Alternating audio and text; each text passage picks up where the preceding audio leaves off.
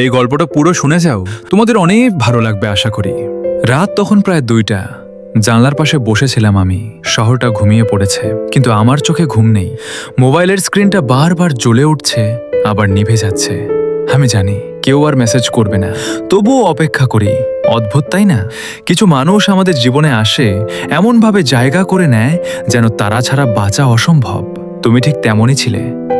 প্রথম দিনটা এখনো মনে আছে, হালকা হাসি, চোখে একটু শান্ত আলো। তখন ভাবিনি এই মানুষটাই একদিন আমার সমস্ত অভ্যাস হয়ে যাবে। আমরা খুব সাধারণ কথা বলতাম, খেয়েছো, ঘুমাবে কখন, আজ কেমন লাগছে। কিন্তু সেই সাধারণ কথাগুলোর মাঝেই লুকিয়েছিল অদ্ভুত এক ভালোবাসা। একদিন হঠাৎ তুমি বললে, সবকিছু সবসময় একই রকম থাকে না। আমি তখন হেসে বলেছিলাম, আমরা থাকবো, কিন্তু বাস্তবতা গল্পের মতো না।